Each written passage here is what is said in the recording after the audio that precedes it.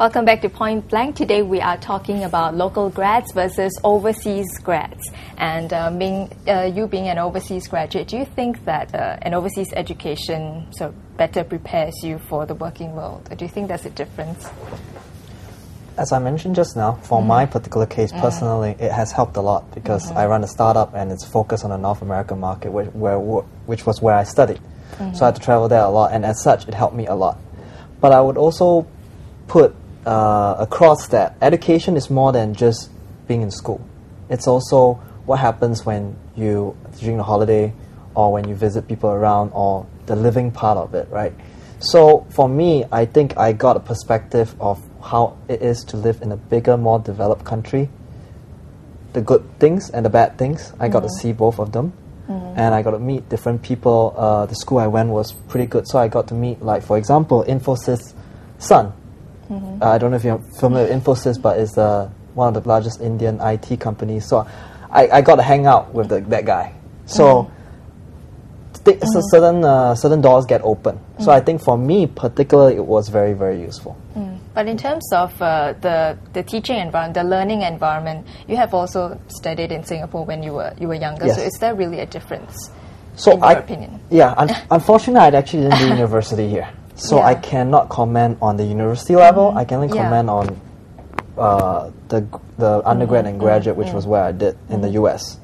So for that, I had the fortune of actually doing research with the graduate student who worked under Neher, the guy who won the Nobel Prize for Physiology. So anyway, bottom line, the professor I was working for during my undergrad was pretty renowned in his field. So he was one of the best in the world in his area.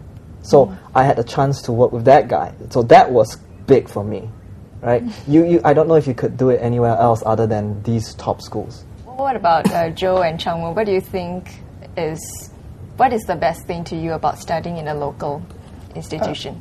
Okay, actually I have this thing I want to share with regard to what he just said. Okay. So when I was at Harvard, I actually wrote this paper. It was really nerdy though. It was called Prospectus Disclosure Requirements and IPO Underpricing. So it's a bit esoteric. I don't think many people in Singapore would be very interested in it because it doesn't help you understand how share prices go up and down every day. But it's probably of interest to the finance research people. When I was there, I really read a lot of Jay Ritter's works, and so he's actually quite, an authority in the field of IPO underpricing. Surprisingly, when I came back, like for the first few weeks after I came back, I thought, I'm just never going to get the opportunity to actually interact with such materials again. But 2 weeks after I came back, the school actually posted this announcement that Jay Ritter was coming down to present his latest paper. So there he was in SMU, and I just sat there and just listened to him. And I just realized that when I was overseas, I couldn't talk to him, but when I came back, I found him there. I think that's perhaps actually quite telling of the direction in which we're going. As I said earlier, I think we are moving closer to the academia and research front, but we're not so there yet. But I think that there are actually similar academic opportunities that the local universities are trying to provide for us. Can I just ask you, if you say that we're not so there yet, what do you think we're lacking then? I think the schools are actually putting in a lot of effort. I think the students are actually still more focused on getting the job, high pay, investment banking, that kind of thing. It takes an entire school population to be driven towards academia and knowledge and research, and that's only when a school's materials and resources will be fully utilized. I don't think it's necessary for us right now as Singapore to change our mindset and say, we really want to be focused on academia, because otherwise I think people would be so driven towards working in the financial or legal sector. But it's always nice to have more students who are really, really interested in questioning and furthering their knowledge in a certain field for the sake of understanding it better, and not just for the job. Yeah. Chongwen, what do you think? Well, for me, with regards to what goes on in the classroom itself, well, personally, I think it's not really where you go, not the kind of school you go to, but what kind of education the school has. Like, for example, I think SMU is modeled after Wharton, where everything's tutorial-based and no lectures.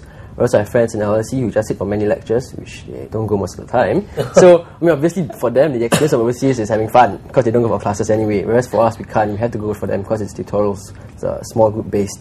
So I think it's very much on what kind of school you go to, because I'm not sure what kind of education system Cornell operates upon.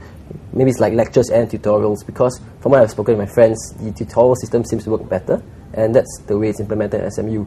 So I do not think we're getting a burst of education at SMU, or in Singapore for that matter. I think it's about the same. In fact, I think Singapore universities are actually quite well known to be very rigorous with the kind of education they have. But I think the main reason, or the main stigma that currently is because, well, Singapore universities just aren't as recognized as overseas universities. So you might go through a more rigorous education, you might actually learn more from the university you're in Singapore. But at the end of the day, not all this knowledge comes out. People still accord someone overseas, perhaps he's smarter, he's better because he came from overseas education. Although the real education, or rather the academic portion of education you learn there, might not really be more or better than Singapore. And because what they say about how world-renowned lecturers or researchers in overseas institutes and not so many in Singapore, well, I mean, I've been taught by a few rather good researchers. I mean, they are great consultants in their fields. But what I can say is that a superb researcher does not make a superb teacher. And at the end of the day, it's what you learn, I believe, most of the time. And that's important. We might have famous people there. My friend was under Stephen Hawking in Cambridge. He's fantastic, but apparently what I heard was that he doesn't really teach very much. When it comes to finding a job, do overseas graduates have it easier? Find out what Cornell University graduate Ming has to say in the next clip.